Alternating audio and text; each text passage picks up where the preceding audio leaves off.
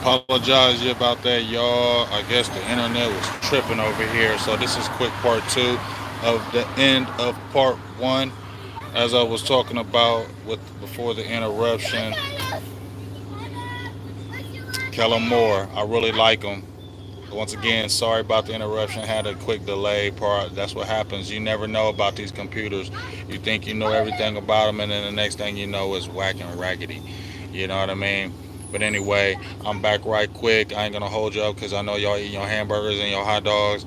My baby girl, she about to go. Shit, right there. She's out there. She's right there. She's about to go.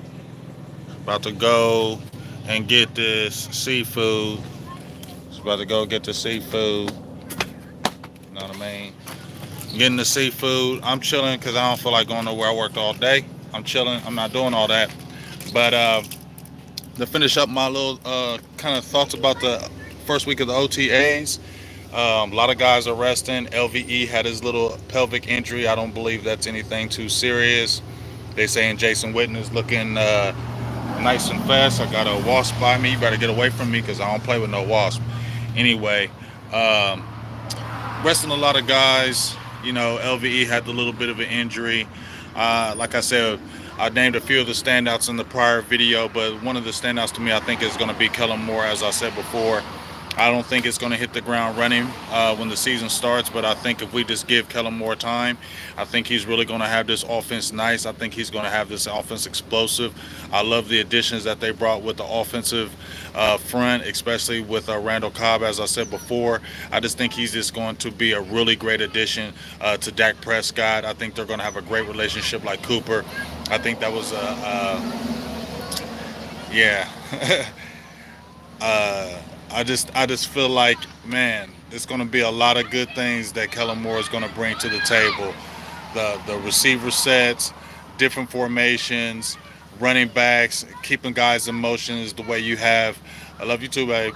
And the jet sweeps, all kind of just, man, I just feel like it's just going to be a lot of good things that are going to happen with this addition with Kellen Moore and having him as the offensive coordinator. I'm really excited about it. I don't know about y'all, but I'm just really excited about what's going to happen. You know, when you think about how Scott Linehan had it at 2016 and then he switched over to 2017, all good. Gambino, what's up with you, dog? Stevie Mack, how you doing? But when you think about how Scott Linehan had that offense in 2016 and how we were running through people, just imagine with Kellen Moore and John Kitna. That's another guy who I think was another good addition to Dak Prescott because he's going to really push Dak.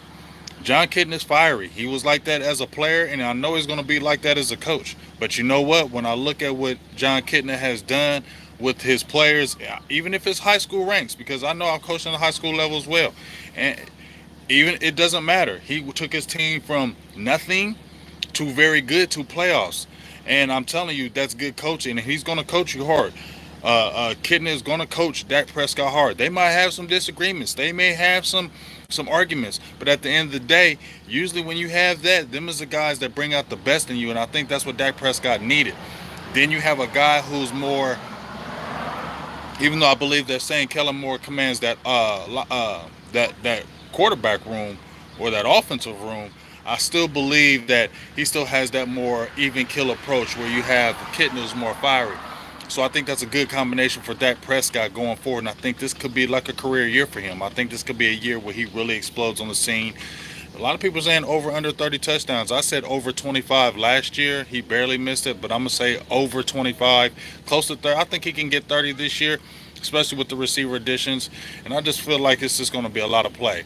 So without that being said, not gonna hold you too much on, let you guys get to your little thing. But like I said, we got week 2 coming up on OTAs next week, and we're gonna see how they go. Westery, do I think he's gonna make the team? I don't know. I definitely think they're gonna try to at least push him to that practice squad because there's no way they're gonna give up on a 6'4", 6'5" corner. Chris Richard had targeted him long before, in the draft. So when they felt him as an undrafted free agent, that was perfect for them because he's not going to cost a lot of money.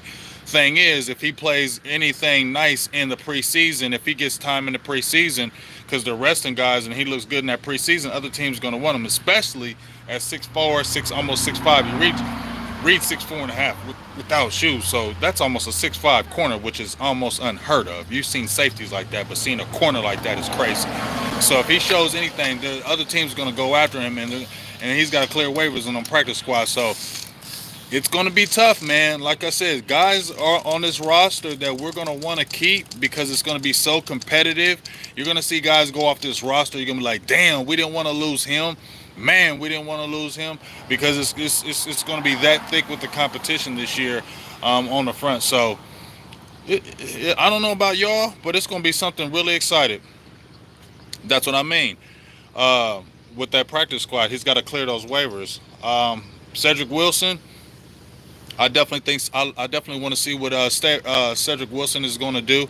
I think he is going to do something. He was a smooth receiver coming out of Boise State, and once again, it seems to me the Boise State players got that Boise State pedigree. They show and prove at Boise State, and if you at Boise State, you get a chance. They got like 8 players that came through the Cowboys with the Boise State, so you're going to get a chance with them. So I'm anxious to see because he's got good size, about 6'3", a good solid 200 pounds, and he had a year underneath his belt to learn how the Cowboy way, learn how it goes. So I'm excited to see what's going to happen. It's just, we're gonna see how it goes, but I'm not gonna hold you too much because we got to get in here and get some eating going down.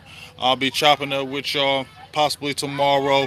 We'll get more in depth, and like I said, make sure you check out that Anthony Wright video. I told you I was gonna get that video. Go check it out. I'm gonna probably post it on YouTube here in a minute. Great insight from a former Cowboys quarterback, Anthony Wright. Good insight what quarterbacks see and everything at that nature. So make sure you go check out that interview. So salute to everybody. I will be talking to y'all soon. Most likely tomorrow. We'll get a little bit more in depth about the players that are at the camp, guys that are standing out, guys who need to work harder, and guys who are on the injury front. So holla, holla, holla, holla. I love y'all. Salutes. Peace. Hi. What? Can we have a popsicle?